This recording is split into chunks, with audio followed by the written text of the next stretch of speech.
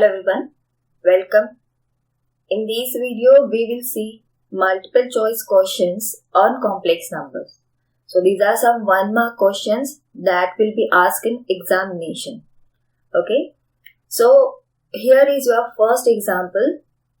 If z is equals to x plus iy is a complex number, then complex conjugate of z bar.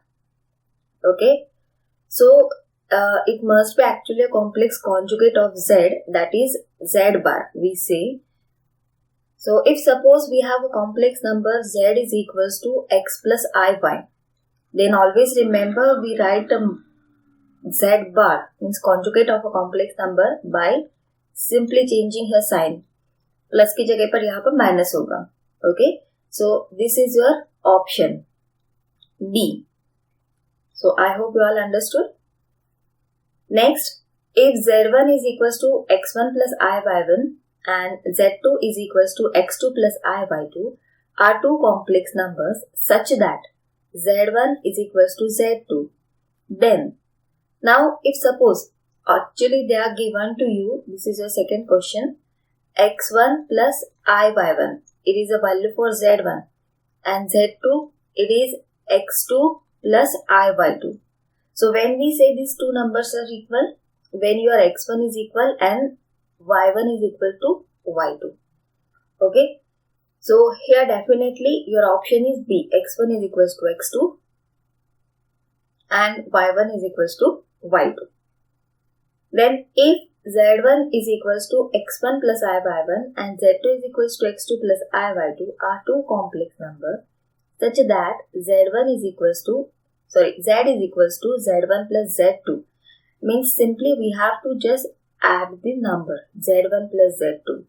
Okay. So if suppose I do here addition of this z1 plus z2, then there will be the addition of real part with real part and imaginary part with imaginary part. Means you will get here z is equals to z1 plus z2 equals to x1 plus x2 plus, take here I common, y1 plus y2 simply. So you can write, if we compare this with x plus iy, they are given z is what? X plus iy. Here you can see z is given to you x plus iy.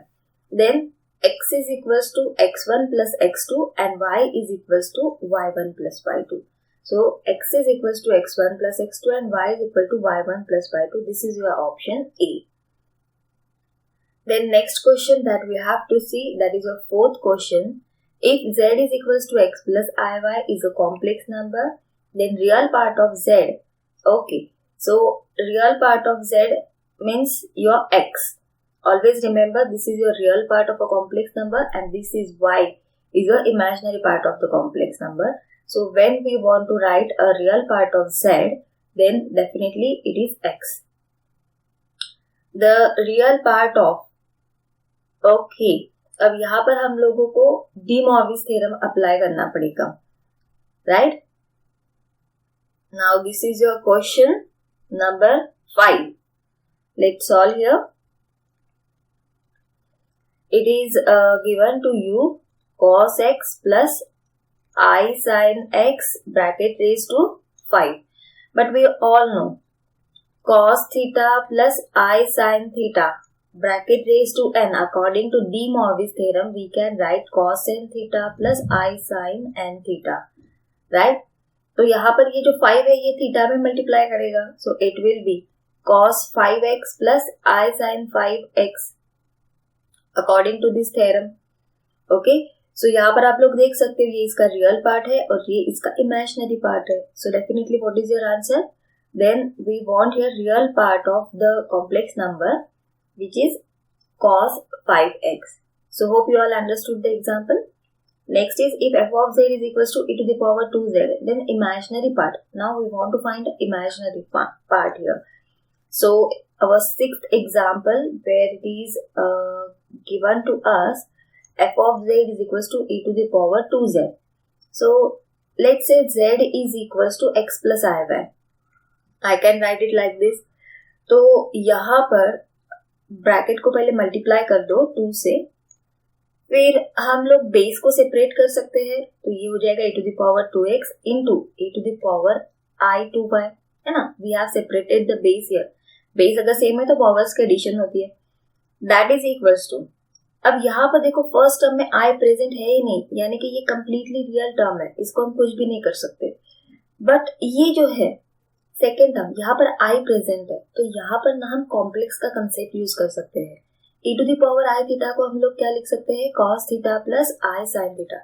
तो इसके हिसाब से यहाँ पर theta की जगह पर सिर्फ कौन है, 2y है, तो इसके हिसाब से ये वाली जो टर्म है आपकी ये क्या हो जाएगी फिर, yes it is cos 2y plus i sin 2y।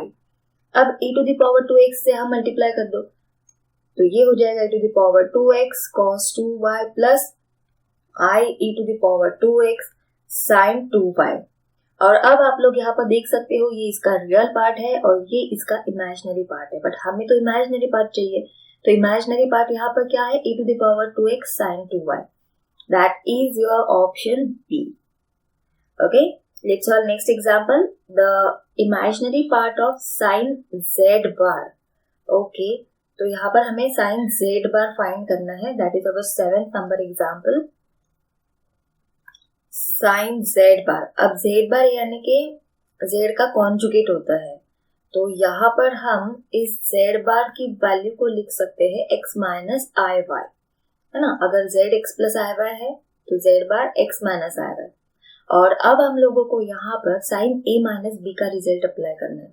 अब sin a माइनस b का रिजल्ट क्या है, yes let me right it here, it is sin a cos b minus cos a sin b। अब ये वाला result यहाँ पर apply करेंगे तो यहाँ पर जो आपका sin z बार है वो हो जाएगा sin x cos i y minus cos x sin i y। But अभी हम लोगों को यहाँ पर relation between circular and hyperbolic function use करना पड़ेगा। अब relation between circular and hyperbolic function क्या होता है, अगर सपोज sin i थीटा है तो उसे हम i sin h थीटा लिख सकते हैं, और अगर cos i थीटा है तो उसे हम सिर्फ cos h थीटा लिखेंगे। ओके, तो ये वाला रिलेशन अगर हम यहाँ पर यूज करें तो ये जो आपका sin z बार है ये हो जाएगा sin x cos h y minus cos x। अब sin i y को हम लिख सकते हैं i sin h y, और यहाँ पर आप लोगों को उन्होंने क्या पूछा है, इमेजिनरी पार्ट, तो आप लोग देख सकते हो इमेजिनरी पार्ट क्या है इसका, cos x sin h y। सो यहाँ पर देखिए ये है ऑप्शन ए आपका, cos x sin h y। Let's solve here next question. अब ये वेरी सिंपल एग्जांपल है, hyperbolic function. Always remember hyperbolic functions are non-periodic functions. Okay. Now next we have to solve, that is our 9th question. If f of z is equals to 3z bar, then the value of f of z at z is equals to 2 plus 4i is. तो यहाँ पर आपको ज्यादा confuse होने की जरूरत नहीं है, पहले जो आप लोगों को गिवन है उसे आप लोग लिख लेना। f of z है, it is 3z bar, और f of z at z is equals to 2 plus 4i हमें निकालना है, तो z की वैल्यू हमें गिवन है 2 plus 4i, और ये जो है ये z बार है, तो इस पर से z बार हम लिख सकते हैं 2 minus 4i। सिंपली ये वैल्यू यहाँ पर पुट कर दो, तो f of z जो है वो आपका हो जाएगा 3 in bracket 2 minus 4i, that is 6 minus 12i। और इन्होंने पूछा क्या है, हमें f of z की ये पॉइंट के लिए वैल्यू फाइंड करनी थी, दैट इज 6 minus 12i, तो आपका करेक्ट ऑप्शन है A. Hope you all understood. Let's solve your next example, that is our 10th example. z is given to you cos theta plus i sin theta. Okay, और हमें ये वाली addition find करनी है, z raised to n plus 1 upon z raised to n की। तो सबसे पहले always write down the given part, z is equals to cos theta plus i sin theta.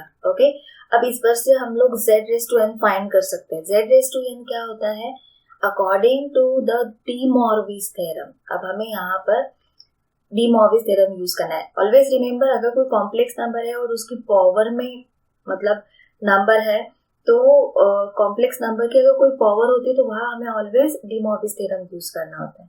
ठीक है, तो डी मॉर्विस थ्योरम के हिसाब से ये क्या हो जाएगा, cos n theta plus i sine n theta, यानी कि z रेज टू n की वैल्यू तो ये है। बट एक और चीज मैं आप लोगों को यहाँ पर बताना चाहती हूँ, अगर e to the power i theta की वैल्यू आपकी cos theta plus i sine theta है, तो आप लोग यहाँ पर 1 upon e to the power theta की value cos theta minus i sine theta लिख सकते हैं, क्योंकि e to the power minus i theta हम लोगों को पता है cos theta minus i sine theta होता है। यानी कि कोई कॉम्प्लेक्स नंबर अगर न्यूमरेटर से डिनोमिनेटर में हम शिफ्ट करते हैं तो सिंपली ये प्लस का वहां पर माइनस होता है, ये हमेशा ध्यान में रखो।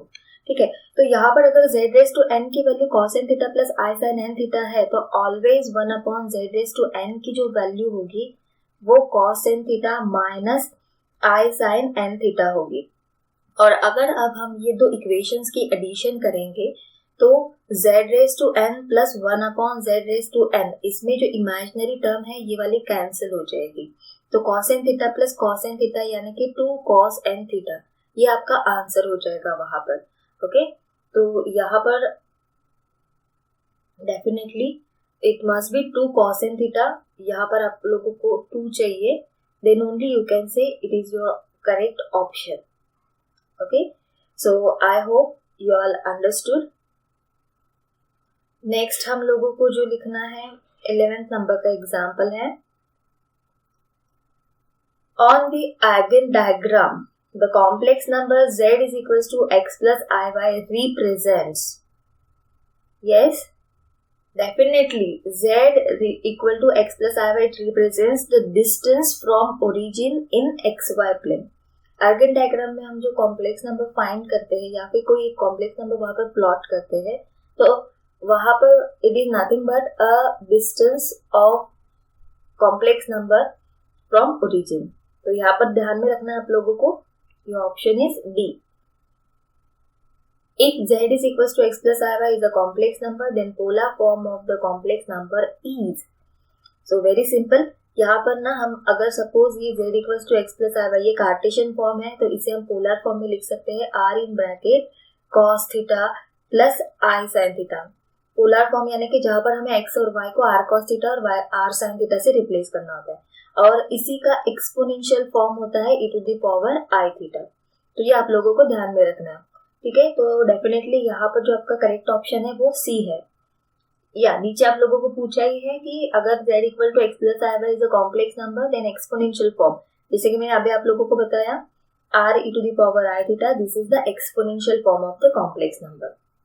Next is if z is equal to x plus iy is a complex number and z is equal to r in bracket cos theta plus I sin theta is a polar form of z, then the amplitude of z is, definitely हम लोगों को पता है कि amplitude क्या होता है, mod z, जिसे हम रिप्रेजेंट करते हैं r से, और उसकी वैल्यू होती है root x square plus y square.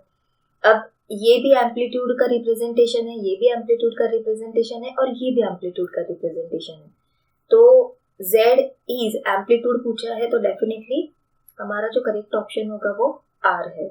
Okay, if z is equal to x plus iy is a complex number and z is equal to r cos theta plus I sin theta is a polar form of z, then argument of z is, argument यानी कि amplitude होता है, और amplitude जो होता है वो होता है tan inverse y upon x। This is your representation of amplitude. Okay, ये मॉड्यूलस है, तो यहाँ पर थीटा से हम उसे रिप्रेजेंट करते हैं, right. Next question, if z1 and z2 are two complex numbers such that z is equals to z1 z2, then okay, z की जो वैल्यू है that is a product of two complex number, और z1 z2 दो complex number है, right. तो यहाँ पर हमें एक्चुअल में मॉड z पूछा गया है कि मॉड z की वैल्यू क्या हो सकती है। तो आप लोगों को एक बता दूं, अगर z is equals to z1 z2 है और आप लोग अगर यहाँ पर इसका मॉड्यूलस कंसीडर करते हो तो ये जो मॉड्यूलस होता है इसे हम mod of z1 into mod of z2 ऐसे लिख सकते हैं by the property of modulus of complex number. तो यहाँ पर से आपका जो करेक्ट ऑप्शन है वो है ए। ओके, नेक्स्ट हम लोगों को जो क्वेश्चन सॉल्व करना है that is our 17th number question.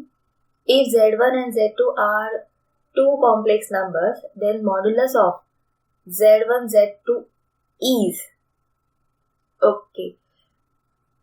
अभी यहाँ पर इस क्वेश्चन में आप लोगों को यहाँ पर जो साइन चाहिए वो दिया ही नहीं है। एक्चुअली यहाँ पर प्रोडक्ट है या डिवीजन है हम लोगों को नहीं पता है। अब जो प्रोडक्ट का फॉर्मूला है वो तो मैंने आप लोगों को ऑलरेडी बताया है। अगर प्रोडक्ट में टर्म है दो कॉम्प्लेक्स नंबर की और उसका अगर आप मॉड्यूलस कंसीडर करते हो तो वो मॉड्यूलस हम सेपरेट लिख सकते हैं। और अगर सपोज यहाँ पर जो मॉड्यूलस है वो हमें ऐसे z1 अपॉन z2 है तो यहाँ पर भी हम ये मॉड्यूलस को सेपरेट कर सकते हैं। ओके, तो यहाँ पर अगर सपोज ये वाली टर्म है तो that is a product of their modulo, and अगर ये वाली टर्म है it is a quotient of their modulo, यानी कि z1 अपॉन z2। ठीक है, तो इसके ऊपर डिसाइड करेगा कि आपका ऑप्शन ए है या बी है। ठीक है, ये तो हो ही नहीं सकता, नॉट एडिशन और not subtraction. Okay, the value of 1 upon cos theta plus i sine theta is, मैंने पहले बोला है अगर कॉम्प्लेक्स नंबर डिनोमिनेटर में और उसे न्यूमरेटर में शिफ्ट करना है तो प्लस की जगह पर माइनस हो जाएगा। तो ये होगा cos theta minus i sine theta, यानी कि your option b is the correct one, right. The value of, अब यहाँ पर आप लोगों को ध्यान में रखना है, ये जो आपका 19th क्वेश्चन है ना, इसे आप लोग कैसे सॉल्व करोगे। सबसे पहले मैं आप लोगों को बता दूं, अगर e to the power theta 1 है तो इसे हम लिख सकते हैं cos theta 1 plus i sine theta 1। ठीक है, और e to the power i theta 2 है तो इसे हम लिखेंगे cos theta 2 plus i sine theta 2, है ना। अगर सपोज मैं यहाँ पर इनका प्रोडक्ट ले लूं e to the power i theta 2, तो बेस सेम होने की वजह से पावर्स की एडिशन हो जाएगी और जो पावर्स की एडिशन होगी वहां से आई को कॉमन निकाल के आपका जो थीटा होगा वो थीटा 1 प्लस थीटा 2 हो जाएगा। और यहाँ पर अगर हम एक्सपोनेंशियल का वो रिजल्ट यूज करें तो उसके हिसाब से ये होना चाहिए cos of theta 1 plus theta 2 plus i sine theta 1 plus theta 2, right. यानी कि ये दो नंबर्स का जो यहाँ पर प्रोडक्ट होगा that is actually nothing but the addition of their angles. तो इस हिसाब से आपका जो करेक्ट ऑप्शन होगा वो है D. Okay, let's solve your next example. By De Moivre's theorem the correct form of, okay, De Moivre's theorem apply करो cos n theta plus i sine n theta, so that is option B. The complex number in the form we have to represent। अब यहाँ पर ना आप लोगों को complex number जो given है वो है 1 प्लस आई होल स्क्वायर प्लस 1 माइनस आई होल स्क्वायर, और इसे हमें इस फॉर्म में रिप्रेजेंट करना है, यानी यहाँ पर इसका रियल और इमेजिनरी पार्ट हमें फाइंड करना है। तो इसे ज्यादा सिंपल तरीके से अगर सॉल्व करना है तो स्क्वायर ब्रैकेट का फॉर्मूला अप्लाई करो, इजीली सॉल्व हो जाएगा। इसे स्क्वायर ब्रैकेट का फॉर्मूला अप्लाई करोगे तो ये होगा 1 प्लस 2i प्लस आई का स्क्वायर प्लस यहाँ पर ये 1 माइनस 2i प्लस आई का स्क्वायर। ठीक है, अब यहाँ पर अगर आप लोग देखोगे तो 1 प्लस 2i, आई स्क्वायर ये माइनस 1 होता है, प्लस 1 माइनस 2i फिर से आई स्क्वायर माइनस 1 होता है, तो यहाँ पर एक्चुअली माइनस आएगा। तो ये प्लस 1 ये माइनस 1 कैंसिल, ये प्लस 1 ये माइनस 1 कैंसिल, ये भी कैंसिल, यानी कि आपका आंसर है 0। वेरी इजी टू सॉल्व, इसे ज्यादा दिमाग नहीं लगाना। Your option is 0। Okay, the hyperbolic function sin hx is equals to, तो ये एक्चुअली स्टैंडर्ड रिजल्ट है, sin hx यानी कि e to the power x minus e to the power minus x upon 2। ये फॉर्मूला हमेशा ध्यान में रखो। तो ये आपका ऑप्शन है सी। cos hx में यहाँ पर सिर्फ प्लस होता है फॉर cos hx, ठीक है। तो ये हो जाएगा आपका ऑप्शन ए। अभी tan hx है, अब sin और cos क्या होता है, सॉरी tan hx क्या होता है, it is a division of sin hx upon cos hx, right. sin hx की वैल्यू क्या थी, e to the power x minus e to the power minus x, तो न्यूमरेटर में निगेटिव टर्म आएगी और डिनोमिनेटर में पॉजिटिव टर्म आएगी, so that will be your tan hx। So आपका जो ऑप्शन है यहाँ पर गलत हो गया है, ठीक है, ये उल्टा चाहिए, तो एक्चुअली ये जो है वो करेक्ट ऑप्शन है। नेक्स्ट क्वेश्चन हम लोगों को यहाँ पर सॉल्व करना है, that is your 25th question. Inverse hyperbolic function of sin h inverse x is equal to, अब ये भी एक फॉर्मूला है जो आपको ध्यान में रखना है। sin h इनवर्स x, इसका फॉर्मूला होता है log x plus root x square plus 1। तो इस हिसाब से जो आपका ऑप्शन है वो करेक्ट ऑप्शन है बी, ओके। फिर logarithm value of complex number, तो सपोज अगर यहाँ पर z is equal to x plus i y है, ये तो कॉम्प्लेक्स फॉर्म में, इसी नंबर को हम पोलर फॉर्म में भी लिख सकते हैं e to the power i theta, है ना, r e to the power i theta, ऐसे लिख सकते हैं। तो ये अगर हम यहाँ पर log अप्लाई कर दे तो ये हो जाएगा log r e to the power i theta, यानी कि यहाँ पर अगर हम log की प्रॉपर्टी यूज करेंगे तो ये हो जाएगा log r plus log e to the power i theta, और फिर से यहाँ पर अगर log की प्रॉपर्टी हम लोग यूज करेंगे तो ये होगा log r plus i theta, और log e 1 होता है, और r और थीटा क्या होता है, एम्पलीट्यूड एंड मॉड्यूलस, तो ये हो जाएगा root x square plus y square plus i, theta होता है tan inverse y upon x। तो इस हिसाब से आपका जो फॉर्मूला है वो log root x square plus y square plus i tan inverse y upon x, यानी कि option D, that is your correct option, okay. Let's solve your next example. The principal value of log is equal to, actually जो शुरू में हम लोगों ने लिखी थी वो प्रिंसिपल वैल्यू है log की, और ये जो है ये जनरल वैल्यू है log की, ठीक है। तो यहाँ पर एक करेक्शन है आप लोगों के लिए, it is a general value not principal value, ठीक है। प्रिंसिपल वैल्यू जो शुरू में अभी हम लोगों ने देखी वो वैल्यू होती है। अब इसमें फर्क क्या होता है, जैसे कि हम लोगों ने यहाँ पर log z की वैल्यू लिखी थी log root x square plus y square plus i tan inverse y upon x, तो सिंपली यहाँ पर एक और टर्म ऐड होती है i2n पाई की, ये होती है general value of a complex number. तो यहाँ पर आप लोग देख सकते हो i होने की वजह से अगर i कॉमन निकाल ले तो ये जो टर्म होगी आपकी सेकेंड वाली, ये होगी 2n pi plus tan inverse y upon x, right. तो ये है आपकी general value of a complex number, यहाँ पर आप लोग देख सकते हो, यानी कि आपका जो ऑप्शन है वो है सी। नेक्स्ट क्वेश्चन जो है, the principal value of log is equal to, right. अब यहाँ पर हम लोगों को जो गिवन है वो है log of 1 plus i root 3, यानी कि अगर इसे हम कॉम्प्लेक्स नंबर के साथ कंपेयर करें तो x आपका 1 है और y आपका रूट 3 है। तो यहाँ पर ये फॉर्मूला हमें यूज करना है यहाँ तक सिर्फ, ठीक है। तो ये log of 1 plus i root 3 equals to log of root x square यानी 1 का स्क्वायर प्लस वाई स्क्वायर यानी रूट 3 का स्क्वायर, रूट 3 का स्क्वायर करेंगे तो ये 3 हो जाएगा, plus i tan inverse y की वैल्यू है रूट 3 और x की वैल्यू है 1।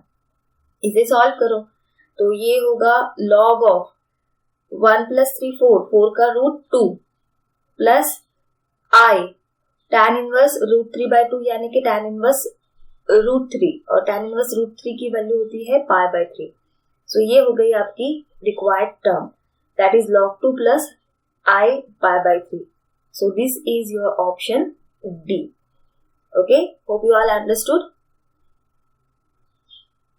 Okay, अब यहाँ पर जो आप लोगों को पूछा है that is about the amplitude. हम लोगों को यहाँ पर एम्पलीट्यूड Z का निकालना है, बट Z हमें गिवन है Z1 अपॉन Z2, यानी कि हमें जो एम्पलीट्यूड निकालना है वो Z1 अपॉन Z2 का है.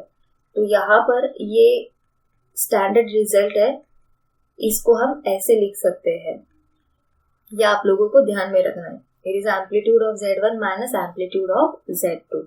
Your option D. The complex number Z is said to be purely imaginary if, कब बोलेंगे? अब Z क्या है? X plus IY है, तो इसे प्योरली इमेजिनरी कब बोलेंगे? जब ये आपका रियल पार्ट 0 होगा. इसीलिए हम यहाँ पर लिखेंगे when real part of Z is 0 then it is purely imaginary. तो आई होप आप लोगों को यहाँ तक के सारे एग्जाम्पल्स समझ में आए. इसकी नेक्स्ट वीडियो में यहाँ पर ये जो नीचे 2 मार्क्स के क्वेश्चंस है that I will explain you there. Thank you for watching this video and don't forget to subscribe my channel. Thank you.